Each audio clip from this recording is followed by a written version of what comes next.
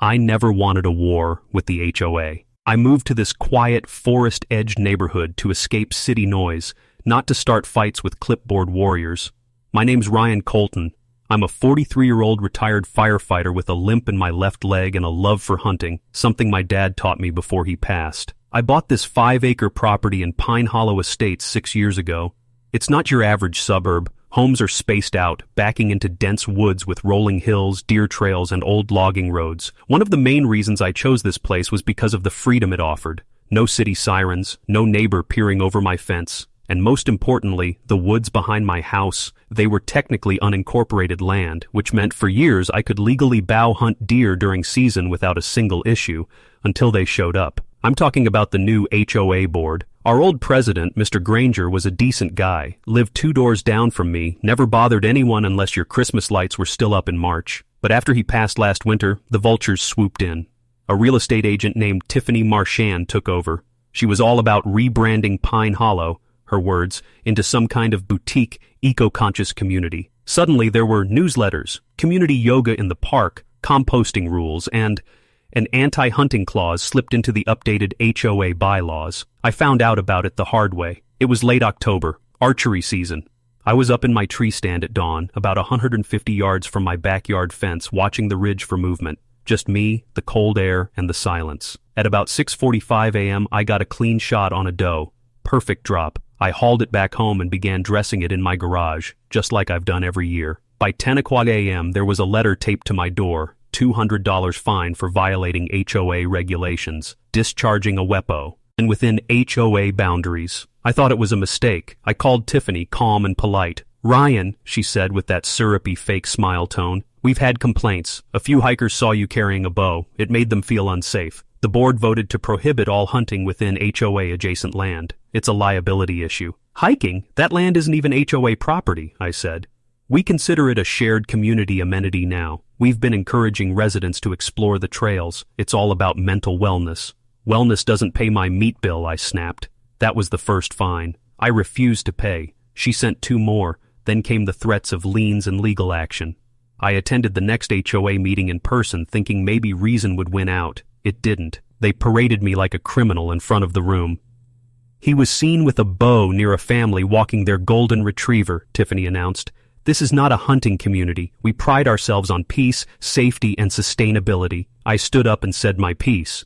Told them I've hunted these woods for years, that I've never once hurt anyone, never even fired a shot near the property line. "Do you even have the authority to enforce this?" I asked. A smirking man named Chad, the HOA's new legal advisor, chimed in. "We consulted our attorney. Any activity that potentially threatens community safety can be regulated under Section 4B of the Community Covenant." The room clapped. I left without saying another word. That night, I walked the woods behind my house fuming. I passed by the same ridge where I used to hunt with my dad.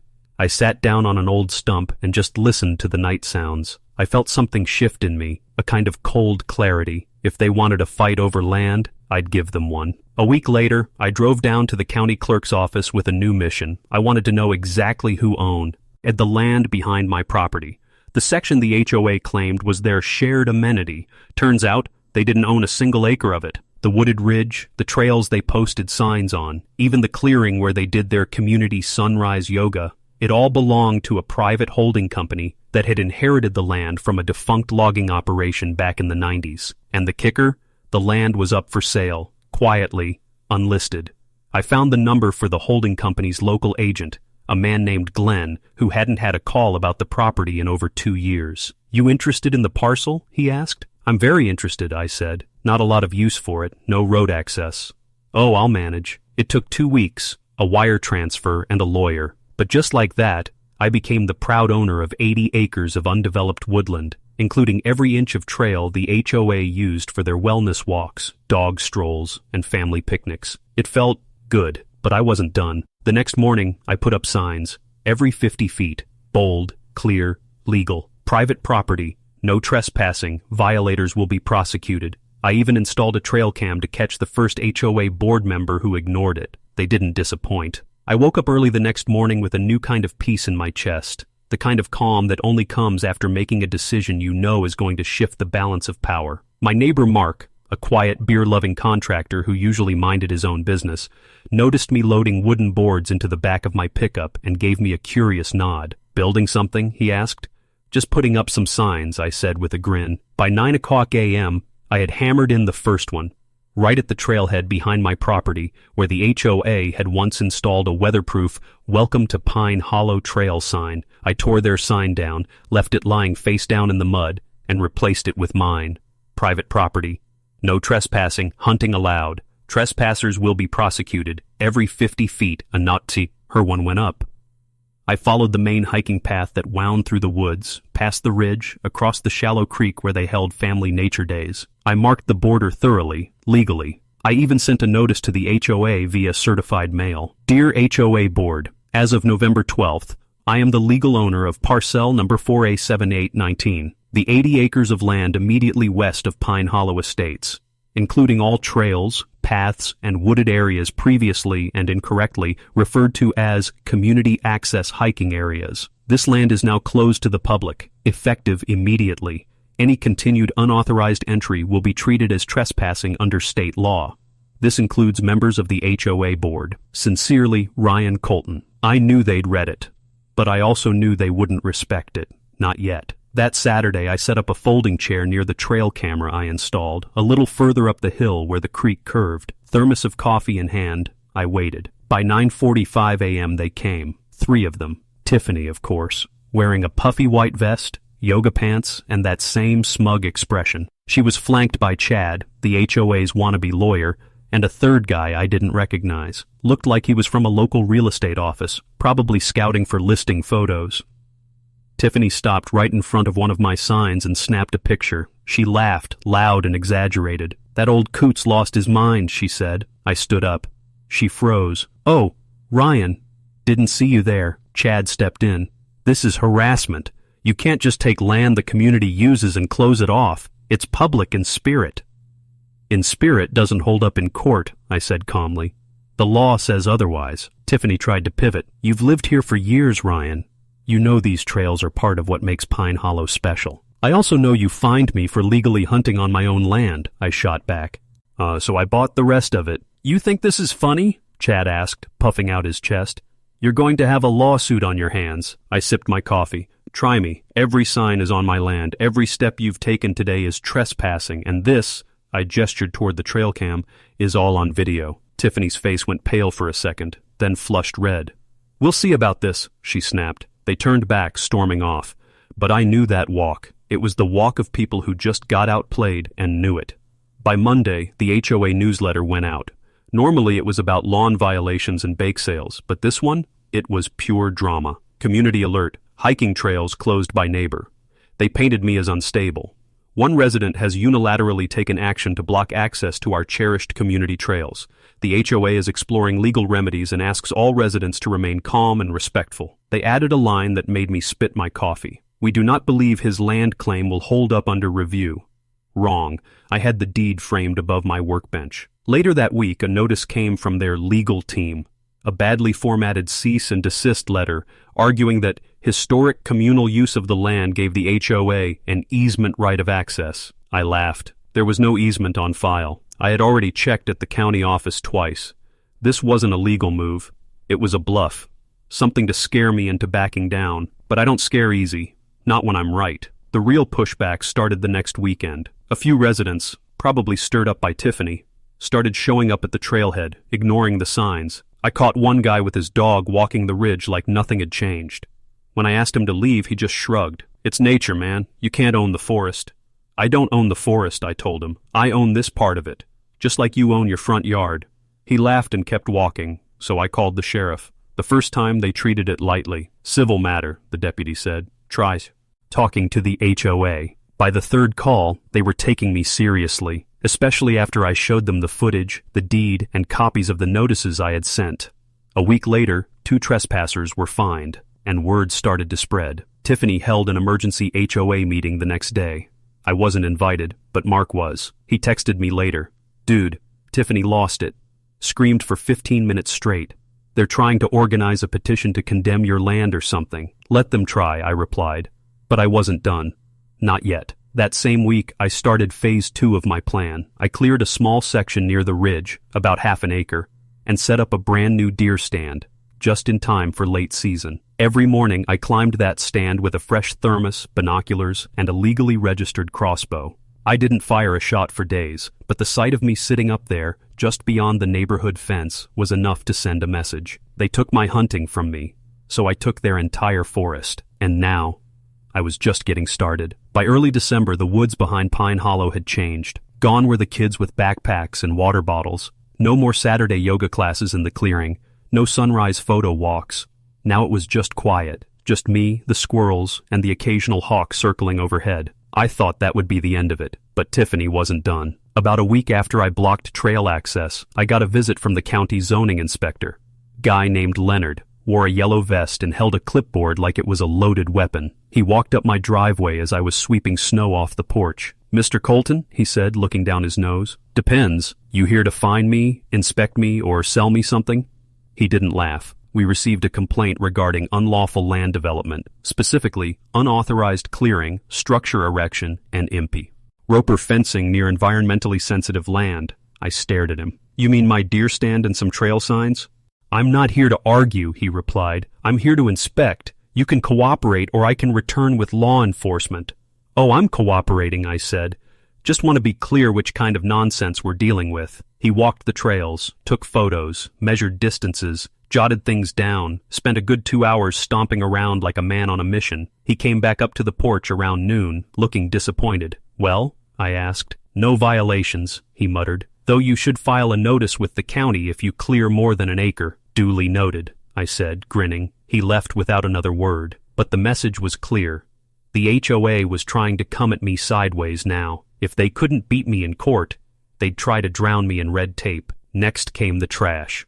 Literally. One morning, I found 2 garbage bags dumped just inside my property line. Fast food wrappers, empty soda bottles, broken glass. I cleaned it up, assuming it was just careless teens, but 2 days later, more trash. This time, with HOA flyers stuffed inside. They were testing me, trying to make it look like I couldn't take care of my precious land. I installed more trail cams, one hidden high in a tree facing the fence line near the main path, another near the back where the old footbridge crosses the creek. Within days, I had what I needed. Clear video of a teenager, one of Tiffany's sons, lobbing trash bags over the fence and flipping off the camera. I didn't confront her directly.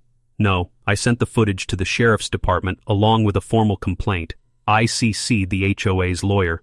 3 days later, the kid was charged with illegal dumping and trespassing, community service. And Tiffany? She stopped waving at neighbors after that.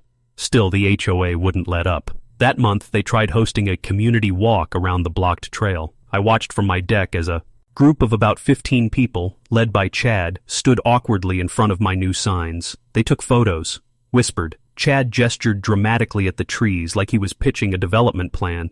I couldn't hear them, but I could feel the frustration. I walked out with my coffee, leaned on the fence, and called across. "Need directions?" They turned and left. No one said a word. I started naming the deer that passed through my cameras. A big buck with a torn ear. I called him Chad.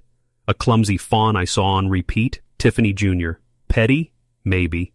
But satisfying? Oh yeah. Mid-January brought the cold, and with it, quiet. But the HOA wasn't done scheming. I got wind of it through Mark, my neighbor, the one who had always stayed neutral. He invited me over for a beer one night, sat me down and said, "Ryan, they're trying to get your land condemned." I almost laughed into my bottle. "What for?" "They're talking about environmental violations, claiming you're disrupting natural habitats, something about rare frogs or nesting owls." "I don't even touch the wetlands," I said. "I know, but they're trying to get the county to declare it a protected area. If they succeed, you could lose hunting rights, maybe even land access." I went cold. Mark added, "Look, I'm not on their side, but Tiffany's pulled together a petition. She's sending it to the county board next week." So, they wanted a war? They were about to get one. I spent the next 2 days building my counterattack. Step 1. Call my cousin, Leah, a biologist with the state game department. She owed me a favor. She drove up, walked the land with me, took soil samples, and reviewed the local species lists. "Ryan," she said, "this place is cleaner than half the conservation areas I manage. No endangered anything. In fact, you've done a better job preserving the land than most city parks." She filed an official habitat assessment report and submitted it to the county. I sent a copy directly to the HOA lawyer. Step 2. I opened the land, but only technically.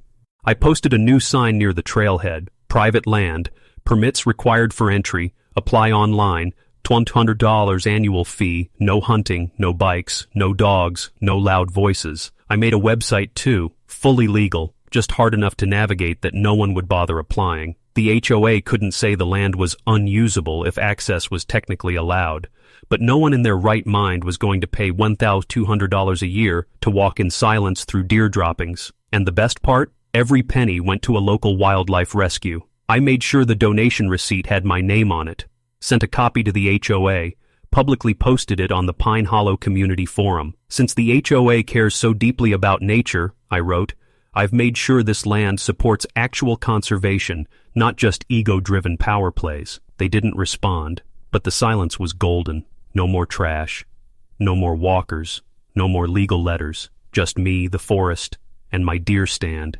exactly as it used to be. But I wasn't done yet, because I'd just found out about another HOA project, one that used my land without permission, and I had plans for that too. There's something strange that happens when people get used to taking what isn't theirs. They start thinking it actually belongs to them. And the HOA? They'd been leeching off that land for years, hiking it, building on it, treating it like their personal park. So it shouldn't have surprised me when I discovered the next violation, but it did, because this time, it wasn't about trails or trespassing, it was about sewage. I was out hiking the southern edge of my property, a part I hadn't visited much before. There was a small stream there, tucked in a gully surrounded by thick brush. It should have smelled like pine and snow, but instead, it reeked, like rotten eggs and old mop water. I followed the stream upstream, thinking maybe an animal had died nearby. That's when I saw it, a narrow gray PVC pipe, maybe 4 inches wide, sticking out from under the HOA's walking path, and water, cloudy, stinking water, trickling out of it, straight into my land. I knew exactly what it was, a drainage pipe, likely from one of the HOA's manicured storm channels, possibly worse. If they had tied this into a graywater runoff system or septic overflow, it could mean they were illegally discharging wastewater onto my property. And that, my friend, is a big no-no. I snapped photos, took video, collected water samples in mason jars, drove straight to the county environmental office. I didn't even wait for an appointment, just walked in and asked for the field officer in charge of water compliance. A woman named Dana met me in the lobby. I showed her everything. "This is stormwater, right?" I asked casually. She sniffed one of the jars and recoiled. "That's not stormwater. That's got detergent and biologicals in it, maybe even trace sewage. From an HOA system, directly into private land." Dana's expression hardened. "Oh, we'll be paying them a visit." 3 days later, a county environmental team showed up in full gear, hazmat suits, clipboards, chemical tests. They blocked off part of the HOA's trail, dug up part of the ground near the pipe's origin, and ran dye tests to see where the flow originated. I stayed out of their way, didn't need to poke the bear when the bear had already found someone else's paw prints all over its honey. That evening, Dana called me. "You were right," she said. "It's a graywater connection, illegally routed storm drain combined with laundry discharge from a cluster of townhomes. We've issued a cease and desist. They're facing fines." "How much?" I asked. She chuckled. "Depends how long it's been going. Could be tens of thousands if the state gets involved, and if anyone in the neighborhood starts complaining about health impacts, it'll escalate." I leaned back in my chair and just let the feeling wash over me. Not joy, not quite, more like justice. They fined me for hunting, and now they were going to pay, literally, for polluting. The next HOA newsletter didn't mention me by name, but the tone said it all. "Unexpected maintenance on storm systems may cause temporary inconvenience. We thank residents for their patience during this unforeseen adjustment." Unforeseen adjustment? Try criminal discharge, Tiffany. But I wasn't done twisting the knife. See, I'd found something else during my little exploration. An old cement slab near the creek, mostly buried under dead leaves and vines. Looked like the remains of an old logger's cabin foundation from back when the land was industrial. But technically that slab, it qualified as a structure. And under county rules I could register it as a utility access point, which meant I could improve it without triggering new zoning restrictions. So I filed a permit. Then I ordered supplies. 2 weeks later, a small wooden shack stood where that slab used to be. 10 by 10 feet, simple walls, a tin roof, No windows, just a locked door and a solar-powered floodlight above it. I posted a sign right out front, authorized personnel only. Private wildlife observation cabin, funded by personal grant. Did I need it for wildlife? Not really. But did it block the HOA's view of the forest from the trailhead behind their clubhouse patio? Oh, perfectly. Tiffany must have lost her mind, because 2 days later, I got a letter in the mail from the HOA's Architectural Compliance Committee claiming the unsightly shed was negatively impacting the community's scenic value and demanding its removal. I sent them back a copy of the county permit, the land deed, and a very polite letter. Since the HOA has no jurisdiction over my land, nor any standing to define what is unsightly on private property beyond its borders, I respectfully decline your request. The cabin will remain, and may I suggest planting some hedges if you don't like the view? I never heard back. But I did hear from a neighbor, a guy named Curtis who lived in one of the townhomes that had been draining water onto my land. They raised our HOA dues, he said, shaking his head. Told us it was for infrastructure repairs. Said something about an environmental shakedown. I smiled. Shakedown? That's dramatic. Sounds like a natural consequence to me. By late February, the woods were mine again. No more joggers, no more garbage, no more teenage punks with off-leash dogs. Even the HOA's pet photographer, a lady who used to do family portraits among the pines, had stopped showing up. The land was quiet, restored, respected. But something else was brewing, a final act. Because the HOA was planning something big, I could feel it. A little too quiet, a little too careful. And that's when Mark, my neighbor, knocked on my door with something in his hand. A flyer, just printed, no stamp, just left at every doorstep.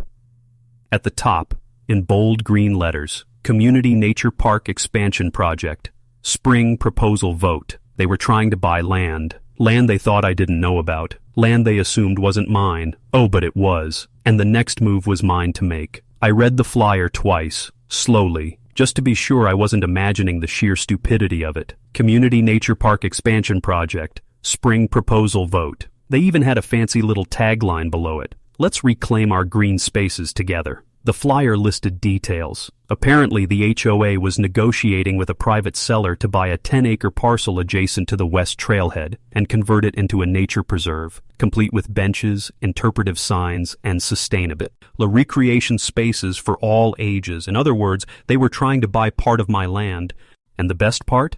The vote to approve it was happening at the next HOA meeting, as if the whole thing was already in the bag. Mark sat across from me on my porch that evening, the flyer folded on the table between us. He took a sip of beer and shook his head. They really think you're bluffing, he said. Or maybe they think you didn't buy all of it. I did buy all of it, I said. Every last acre, north to the ridge, south to the gully, and west to the old logging road. That 10-acre parcel they're negotiating for? It's mine. You sure it's not the adjacent one? He asked. There's a sliver past the creek that doesn't look like it's yours on Google Maps. Google Maps isn't the county land office, I said, already pulling up the plat map on my phone. Here, look. I zoomed in, showed him the shaded parcel lines, all under one owner name. My name. Mark let out a low whistle. Well, then they're either bluffing their own residents, or someone's about to get sued. Oh, I hope it's both. I didn't storm into the HOA office. I didn't make threats. I got smart. First, I pulled the real records, the deed, the plat, the full GIS report, and highlighted the section they were calling the park expansion. It was 100% mine. I had bought it in the same deal as the rest. It just didn't have a trail running through it, so no one had noticed. Then I looked up the name of the so-called private seller the HOA was supposedly in talks with. Took about 5 minutes of internet sleuthing to find him. Robert Stinton. And the punchline? He used to own part of the land, 20 years ago. But he'd sold it to the same logging trust I bought it from. The HOA had found his name in some ancient record, probably didn't do their homework, and just assumed he still held the deed. This wasn't a negotiation, it was a fantasy.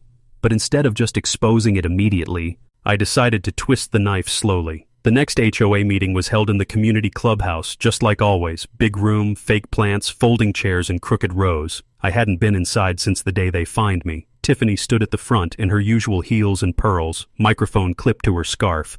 Her voice was all sugar and smiles. "We're so excited to share our spring initiative," she said. "A sustainable, family-friendly nature park that honors the spirit of Pine Hollow." She clicked a button. A slideshow began. Stock photos of benches, butterflies, laughing children, birds that had probably never even seen Pine Hollow. "We're voting today to approve the budget for the acquisition," she said. "The seller has expressed openness, and we believe we can finalize the deal within 30 days. I raised my hand. She hesitated. "Yes, Ryan." I stood. "I have a quick question," I said. "Do you happen to have the parcel number of the land you're buying?" She blinked. I believe it's 4A7819B. I smiled.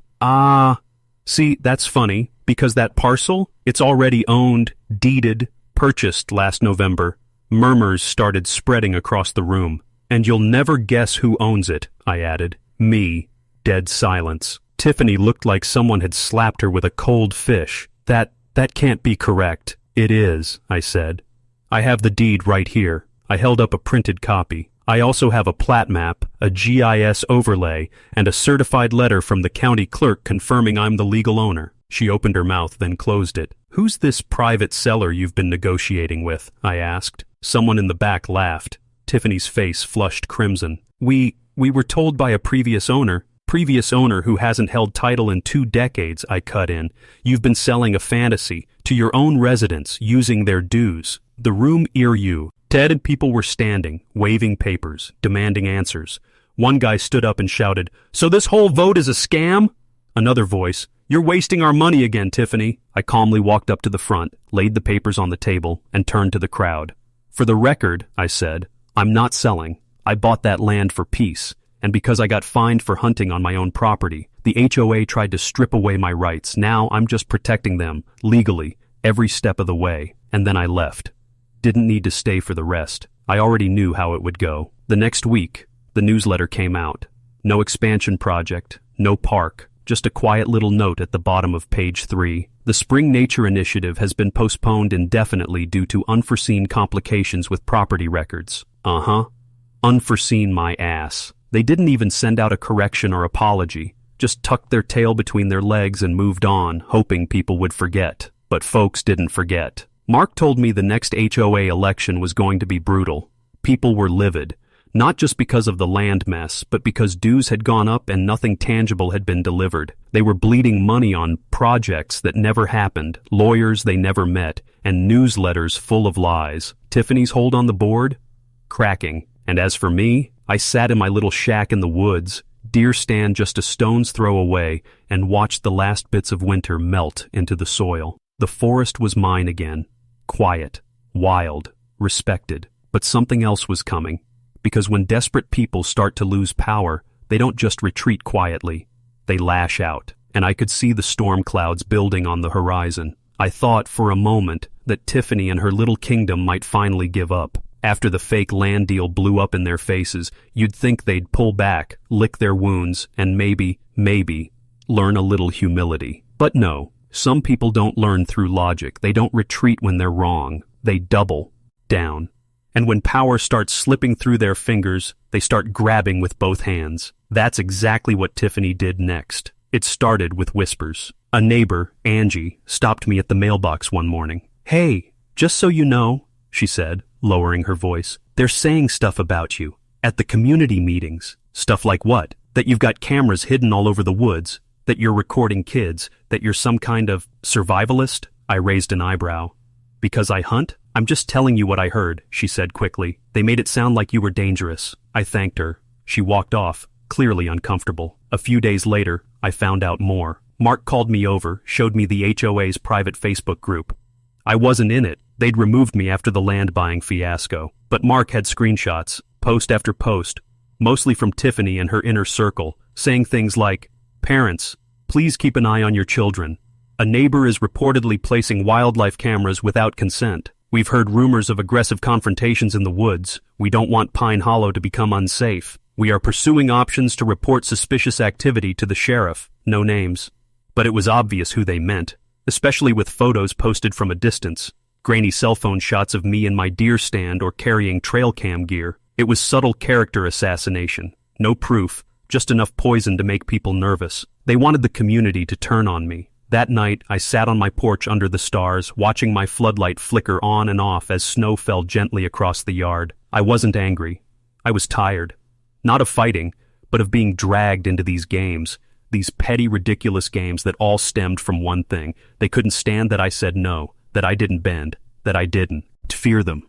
And now they were trying to do what every coward does when power fails, destroy someone's reputation. But I don't just sit back when someone tries to take me down in the dark. I shine a light. First, I pulled my trail cam footage from the last 3 months, time-stamped, clear, and completely legal. Not a single child, no footage even near the neighborhood fences, just deer, raccoons, a very annoyed bobcat, and the occasional HOA board member trespassing. Then I filed a libel complaint. Not with the HOA.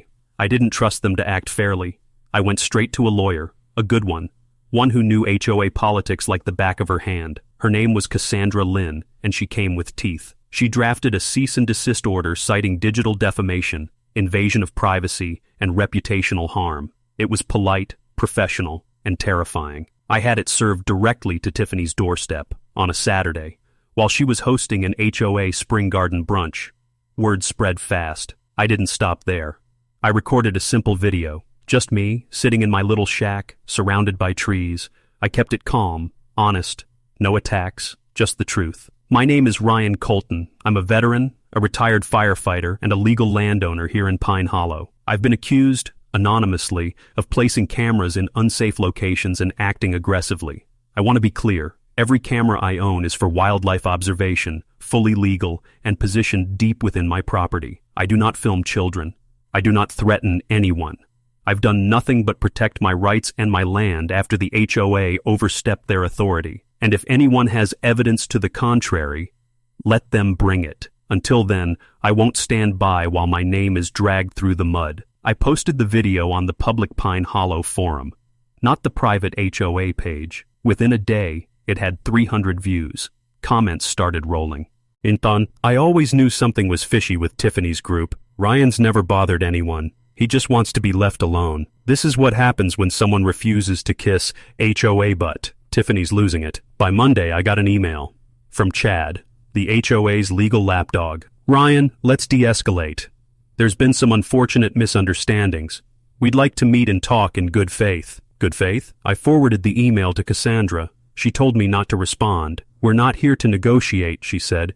They brought the storm. Now they're drowning in it. Then came the resignation. 2 weeks later, buried in a 1-paragraph blurb at the end of the HOA newsletter. Effective immediately, HOA President Tiffany Marchand will be stepping down due to personal matters. Vice President Harold Weiss will serve as interim president until the upcoming election. No apology, no explanation. Just poof. Gone. Word was, she'd been pressured out. Not just because of me, but because of everything. The illegal pipe, the land debacle, the dues hike, the public backlash. Her empire had crumbled, not because I fought dirty, but because I fought smart. It was early spring now. The woods were waking up. Birds were back. Deer trails thick again. The sun was warmer, and the silence peaceful. Earned. I walked the land one morning, past the old creek, past the signs that still stood tall. Private property. No trespassing. Respect the land or stay out. A jogger passed on the neighborhood side of the fence, slowed down, gave me a nod. Morning, he said. Morning, I nodded back. He kept running. Didn't try to cross. Didn't sneer. Didn't make a comment. For the first time in months, it felt normal. But I knew the fight wasn't completely over. New board elections were coming, and someone, maybe Harold, maybe someone worse, would come gunning for influence again. So I stayed ready. Because peace in a place like Pine Hollow, it doesn't come cheap, and it sure doesn't come easy. Spring rolled into summer like a wave of uneasy calm. Tiffany was gone, but her fingerprints were still all over Pine Hollow, in the signs she'd put up, the bylaws she'd pushed through, and the people she'd empowered. And now, those people were scrambling to fill the power vacuum she left behind. It was almost comical how fast the HOA board tried to rebrand itself. Suddenly, they were all about transparency and community wellness. They sent out flyers about a new era of cooperation. They launched a monthly BBQ night, a gardening club, and even a paddleboard meetup at the lake. It was like they thought if they smiled wide enough, we'd forget the years of fines, bullying, and lies. But it wasn't working. The neighborhood was divided. Half of Pine Hollow was still loyal to the HOA, Mostly the old guard, the rule followers, the folks who thought conformity was the same thing as peace. The other half? Well, they were watching me. They saw someone stand up, someone fight back, and someone win. Quiet nods at the grocery store. Friendly waves from people who used to avoid eye contact. Then came the flyers. Real ones this time. Official HOA board elections were announced for mid-July. All positions were up for grabs. President, VP, secretary, treasurer. Anyone could run, homeowner or not, as long as they were in good standing. I wasn't planning to get involved. I was tired. I didn't want to be part of the HOA. I just wanted them to stay the hell off my land. But then Mark stopped by. He brought burgers, 2 cold beers, and a crazy idea. You should run. I laughed, out loud. For what? HOA emperor? President, he said, dead serious. Look, Ryan, you've got people's respect. Not just because of the land thing, but because you did what none of us had the guts to do. You pushed back. You exposed how bad it got. And then what? I become them? No, he said, leaning forward. You replace them. The next morning my name was on the ballot. HOA President meeting, Harold Weiss. Interim President, Ryan Colton. Homeowner Parcel 12C, Lisa Halpern. HOA Historian. 3 names. 1 vote. I didn't campaign much, didn't host parties or print banners, but I did show up. I talked to neighbors. I listened to complaints. I showed them the cease and desist letter, the legal case I'd built, the proof of lies and manipulation. I didn't promise to make Pine Hollow great again. I promised to leave people alone. And in this neighborhood, that was enough. Election day was held in the clubhouse gym. They set up folding tables, handed out ballots, and had 3 bored teenagers monitoring the process with clipboards. I showed up in jeans and a plain t-shirt. Harold arrived in a full suit like he was meeting the governor. I shook hands. He didn't. Votes were counted by 8 p.m. sharp. They posted the results on the corkboard by the door. Ryan Colton, 93 votes. Harold Weiss, 48 votes. Lisa Halpern, 12 votes. I stared at the numbers. It didn't sink in right away. Not until Mark clapped me on the back and someone, I still don't know who, shouted, "Hell yeah, Ryan," across the room. The next morning, a new HOA email went out. We are proud to welcome Ryan Colton as the new president of the Pine Hollow HOA. We look forward to a new chapter of responsible, respectful leadership. That last word, respectful, that was a direct shot at Tiffany, and I'll admit, it felt damn good. Now, let me be clear. I didn't win just to burn it all down. I had a plan. Step 1. Reverse every policy Tiffany shoved through. The hiking trail arrangement? Gone. The anti-hunting clause? Wiped. The surveillance rules, the fine thresholds, the silent budget increases, all of it repealed. Step 2. Audit the books. Turns out, Tiffany had been skimming money from event budgets for years. Fancy wine tastings billed as neighborhood meetings, landscaping invoices that didn't match the actual work done. We found over $18,000 in shady reimbursements. I handed it all to Cassandra, my lawyer. She was already smiling before I finished. Step 3. Amend the bylaws. I pushed through 2 major changes. Any HOA policy that impacts private land must be approved by a 70% neighborhood vote. Any board member caught abusing power or falsifying complaints can be immediately removed by community vote. No more secret fines, no more petty dictatorships. And finally, step 4, give the land back to the people. Well, kind of. I didn't reopen the hiking trails, but I did create a permit system. 3 weekends a year, neighbors could request guided walks on the property on marked trails during daylight hours. Respect the land. Respect my rights. Everyone wins. Mark ran the tours. We called it Hollow History Hikes. People loved it, even the HOA. So, yeah, the war was over. The trail was closed, but the gate was open, the right way. The HOA was functioning again, not ruling. People smiled at each other in the grocery store. The newsletter talked about bake sales and dog parades, not fines and fencing violations. And me, I kept hunting. I kept walking my land. I kept my trail cams up, not because I needed them anymore, but because I wanted to. I'd won, not with shouting, not with sabotage, not with threats. I won by owning the land, standing my ground, and turning every move they made against them smart, legal, satisfying.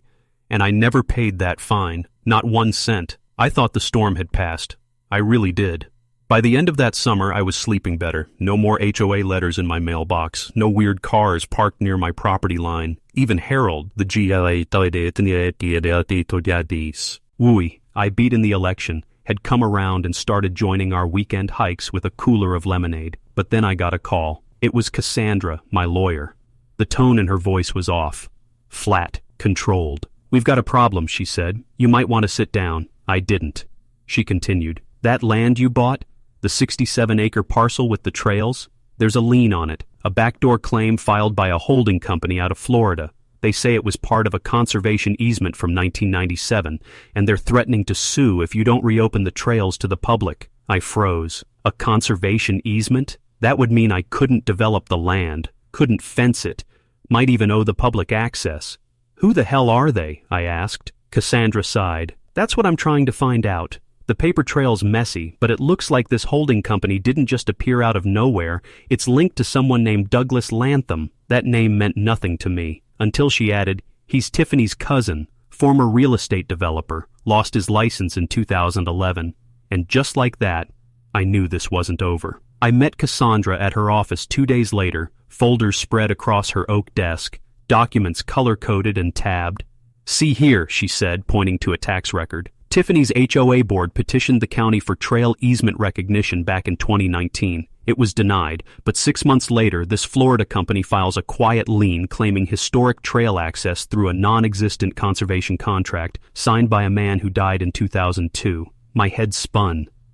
"You're saying the contract is fake?" "I'm saying it's suspect, and now that you've closed the land, they're using it to strong-arm you, hoping you'll fold to avoid legal fees or negative press." And then she said the words that snapped me out of my fog.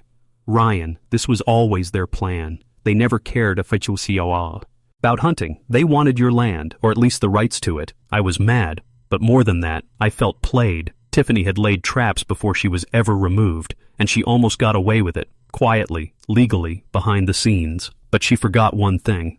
I don't quit. So I did something I hadn't done in a long time. I went for a walk through the woods, not to hunt, not to scout, just to think. The trail was still beautiful, the air crisp, the birds low in the trees, the crunch of leaves beneath my boots. This place had always been more than just land to me. It was peace, and no HOA, no forged deed, no out-of-state scheme was going to rip that away. By the time I got back to the house, I had a new plan. First, Cassandra and I filed a formal dispute of title, a quiet title action, with the county clerk's office. Second, we hired a retired investigator named Walt, who used to specialize in real estate fraud. Within 2 weeks, Walt had traced Douglas Lantham's shell company through 3 address changes, 2 defunct banks, and a list of assets that included no physical property whatsoever. The holding company was nothing more than a P.O. box and a website. Cassandra called it the thinnest scam she'd seen in years. Third, I sent a letter. Not through lawyers, not through email. A certified paper letter. It was addressed to Douglas Lantham's office in Tampa. "Dear Mr. Lantham, I have reviewed your fraudulent lien on my property in Pine Hollow. As the sitting president of the HOA and legal owner of Parcel 12C, I have submitted a formal quiet title action and compiled your financial records for review. Any further attempt to enforce this fraudulent claim will be pursued as civil and criminal action, including mail fraud, land fraud, and easement misrepresentation. Additionally, be advised that Tiffany Caldwell's prior position within the HOA is under separate investigation, and your name is now attached to those documents. If I do not receive a full withdrawal of your claim within 10 business days, I will proceed to involve the State Attorney General. Your move. Sincerely, Ryan Colton." The letter hit its mark. 8 days later, Cassandra received a withdrawal notice filed with the county. No apology, no admission of guilt, just a quietly folded tent. Walt confirmed the P.O. box had been closed. Douglas vanished. But I wasn't done. Tiffany had crossed a line. She tried to bury a legal time bomb in my land, and she nearly succeeded. So I went to the state board and opened a complaint on her HOA conduct, submitting all the records, every forged fine, every backdated policy, and now the Florida scheme. A month later, I got the call. She was being investigated by the State Ethics Committee for HOA fraud and unlawful use of private community funds. Her real estate license, which she had reactivated earlier that year, was suspended again, indefinitely. No criminal charges, yet. But the damage was done. Her name was mud in Pine Hollow. And my land? Free and clear. The neighborhood felt different after that. Calmer, lighter. People started referring to the trails as Ryan's Ridge. Not officially, just word of mouth.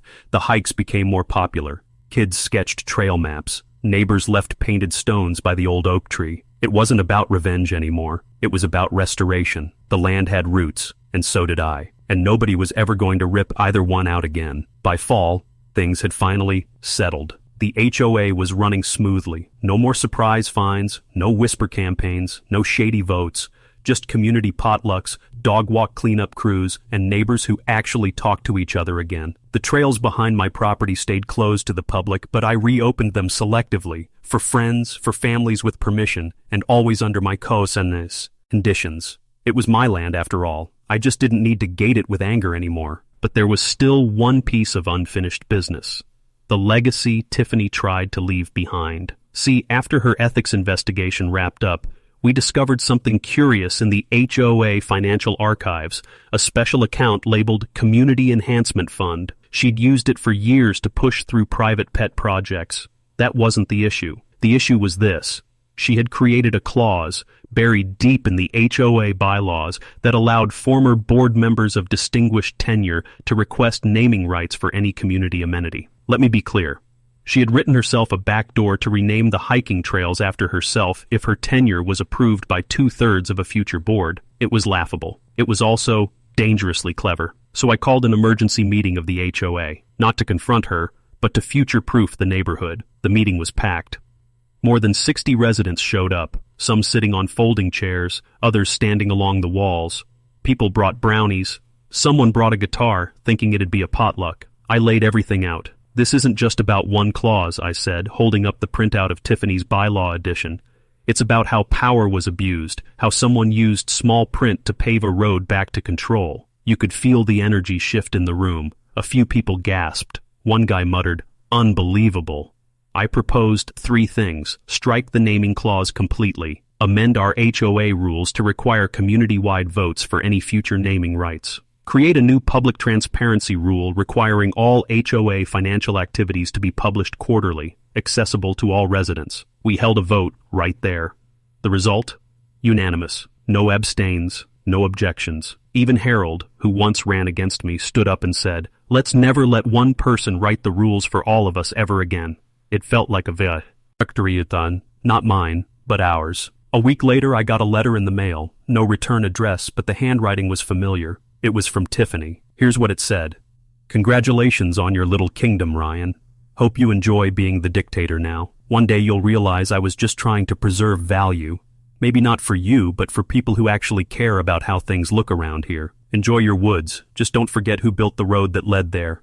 TC. No threats. Just venom."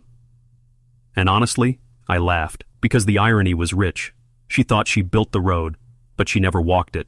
She just tried to sell it off. I kept that letter, framed it actually, hung it right by the back door where I put on my boots each morning. Not out of spite, but as a reminder that control disguised as order is still control, that power without heart is poison, that sometimes the best way to defend your peace is to buy the dirt they walk on and make them walk away. Late October came with gold leaves and crisp air, the kind of weather that makes you nostalgic even if nothing's happened yet. One Saturday morning I stood at the edge of the trails behind my land, the same place where I had once been fined for hunting. This time, I wasn't holding a rifle, just a cup of coffee. 3 kids were standing at the gate, holding sketchbooks, local middle schoolers. One of them nervously asked, "Is it true you used to hunt here?" I nodded. "And now you own all of it?" "Every square foot," I said, smiling. They looked impressed. Then one of them, a girl named Maya, asked if they could paint the trail signs with some fall colors, like the leaves. I didn't even hesitate. "You can do more than that," I told her. "Come back next weekend, bring your friends, we'll make it a real project." That weekend, 10 kids showed up, then 15, then some parents came with snacks and brushes. By the end of the day, the old wooden signs at the trailhead had a fresh coat of paint, swirling reds, oranges, yellows, and a new name burned into the wood, Pine Hollow Preserve, protected by the people. They chose it, not me. And for the first time in a long time, I didn't feel like I was fighting. I felt like I was building something. It was almost poetic, the way the story had come full circle. 2 years ago, I was just a quiet man with a love for hunting and solitude, living at the edge of a neighborhood that tolerated me, but never really accepted me. Now, I stood on the back deck of my home, watching over land I legally owned, trails I protected, and a community that finally understood what respect truly meant. And yet, I couldn't shake the feeling that something was still unfinished. Not revenge, not justice, but closure. One frosty morning in November, I headed out into the woods before sunrise, the same way I had hundreds of times before. Only this time, there were no fines, no HOA spies, no Tiffany with binoculars peeking through the blinds. Just me, the trees, and silence. I wasn't even carrying a rifle, just my old field notebook. The same one I used to sketch deer patterns and jot down thoughts when I wanted to be alone. I hadn't touched it since the incident. Halfway through the trail, I reached a ridge overlooking the entire valley. The sun had just begun to rise, spilling gold through the trees like slow honey. The leaves crackled under my boots, and my breath fogged in the cold air. I opened the notebook to the last blank page, and I wrote one line: "This land belongs to no one but time." That afternoon, a knock came at my door. It was Harold. He had a folded-up newspaper in one hand and a six-pack of root beer in the other. "You see this?" he said, waving the paper. Front page: HOA president under federal investigation on in adjacent county. Tiffany. Turns out, after losing control of our neighborhood, she had moved to a different HOA community in the next county over. Tried to climb the ladder again, only this time, someone had done their homework. Traced financial discrepancies, shady landscaping contracts, and misuse of reserve funds. She was done, and I didn't feel glad. I felt relieved, like someone had finally turned off a radio station that had been buzzing in the background of my life for too long. Harold sat with me on the porch as we shared the drinks. He looked out over the woods and said something I'll never forget. "You didn't just beat her. You changed all of us." Weeks passed. Snow came early.